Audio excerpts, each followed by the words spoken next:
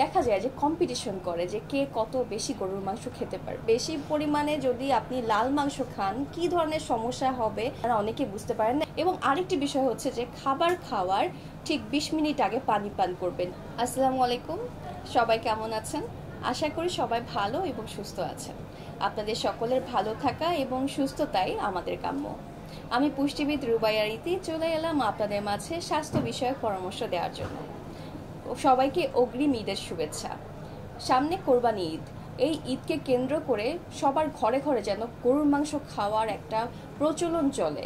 শুধু তাই নয়, অনেকে আবার দেখা যায় যে কম্পিটিশন করে যে কে কত বেশি গরুর মাংস খেতে পারবে।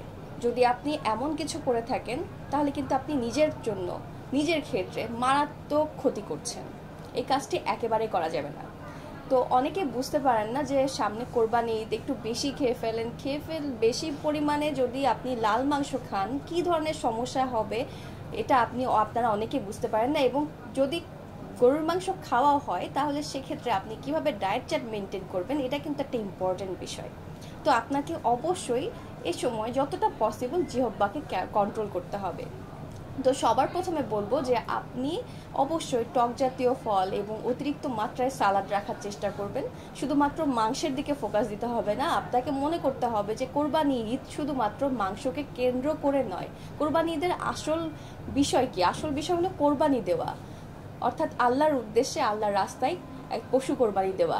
এবং আপনাকে কিন্তু অতিরিক্ত মাত্রায় গরুর মাংস কখনো খেতে বলা হয়নি বা লাল মাংস খেতে বলা হয়নি। আপনি যেটা করবেন যে মাংসের সাথে সাথে অবশ্যই শাকসবজি বেশি করে রাখার চেষ্টা করবেন এবং কার্বোহাইড্রেট জাতীয় খাবার যতটা পসিবল একটু কমানোর চেষ্টা করবেন। ভাত কম পরিমাণে খাবেন। অনেকে আছেন পোলাও বিরিয়ানি খেতে অনেক পছন্দ করেন, কিন্তু সেটা যেন নির্দিষ্ট মাত্রার হয় সেদিকে খেয়াল রাখতে হবে। একটা মাঝারি সাইজের প্লেটে খাবার রাখার চেষ্টা করবেন এবং মাঝারি সাইজের প্লেটে এই এক পাশে বেশি পরিমাণে মানে অর্ধেক পরিমাণে আপনি সালাদ এবং সবজি রাখবেন। 4 ভাগের 1 ভাগ রাখবেন গরুর মাংস বা খাসির মাংস বা ভেড়ার মাংস, যে কোনো লাল মাংস, আর এক পাশে রাখবেন কার্বোহাইড্রেট, অর্থাৎ সেটা হতে পারে ভাত বা রুটি। এবং আরেকটি বিষয় হচ্ছে যে খাবার খাওয়ার ঠিক 20 মিনিট আগে পানি পান করবেন যেন পেটটা আগের থেকে ভরা থাকে, তাহলে আপনি চাইলেও অতিরিক্ত মাত্রায় খেতে পারবেন না। এবং আপনি যখন খাবার শুরু করবেন তখন ধীরে ধীরে খাবেন, অর্থাৎ আপনাকে অবশ্যই স্লো ইটার হতে হবে।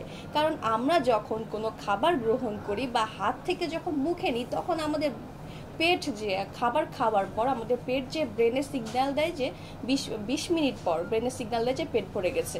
এই জন্য খাবার কখনোই তাড়াহুড়া করে খাওয়া যাবে না। অবশ্যই আপনাকে ধীরে ধীরে খেতে হবে এবং খাবারের ডিউরেশন যেন মিনিমাম 20 মিনিট থাকে সেই দিকে বিশেষভাবে খেয়াল রাখতে হবে। এবং এর পাশাপাশি আরেকটা বিষয় আপনাদের সাথে শেয়ার করতে চাই, সেটা হচ্ছে যতটা পসিবল ডেজার্ট আইটেম আপনি অ্যাভয়েড করবেন। এবং যদি ভালো হয় সাদা চিনির বদলে লাল চিনি দিয়ে যদি বাসায় মিষ্টি জাতীয় খাবার বানানো হয় সেটা অনেক হেলদি হবে। আরও ভালো হবে যাদের ডায়াবেটিস আছে বা প্রেশারের ঝুঁকি যাদের আছে, যাদের ব্লাড প্রেশার আছে, তারা অবশ্যই একটু মধু নিতে পারেন, তবে এটা পরিমিত পরিমাণে হতে হবে। অনেকেই আছেন যে যারা কিনা একটু আর্টিফিশিয়াল সুগার ব্যবহার করেন, এটা কিন্তু একেবারেই করা যাবে না। এটা অনেক সময় দেহের ক্ষেত্রে বেশ ক্ষতির কারণ হয়ে দাঁড়ায়। এবং যে কোনো খাবার আপনি যখন ভারী খাবার খাচ্ছেন সে খাবারটি খাওয়ার ঠিক 20 মিনিট পর আপনি সামান্য হালকা কুসুম গরম পানিতে একটু লেবুর রস মিশিয়ে খাওয়ার চেষ্টা করবেন।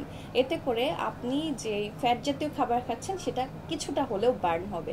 এবং যত বেশি খাবেন সেভাবে কিন্তু আপনার হেঁটে বার্ন করতে হবে। এবং অবশ্যই কোরবানি ঈদে যতই আপনি ছুটিতে থাকেন না কেন আপনাকে ঘরে থাকলেও হাঁটতে হবে। প্রথম 20 মিনিট হাঁটলে শুধুমাত্র ক্যালোরি বার্ন হয়। 20 মিনিটের সাথে আপনি যখন আরও সংযুক্ত করছেন 10 মিনিট, তখন ক্যালোরির সাথে আপনি যে অতিরিক্ত ফ্যাট জাতীয় খাবার খেয়েছেন সেটা বার্ন হচ্ছে।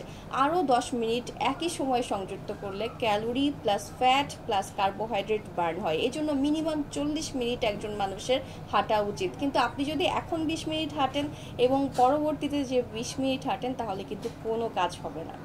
আশা করি আমার দেওয়া পরামর্শ আপনারা সকলেই মেনে চলবেন। আপনারা সবাই ভালো থাকুন, সুস্থ থাকুন। আল্লাহ হাফেজ।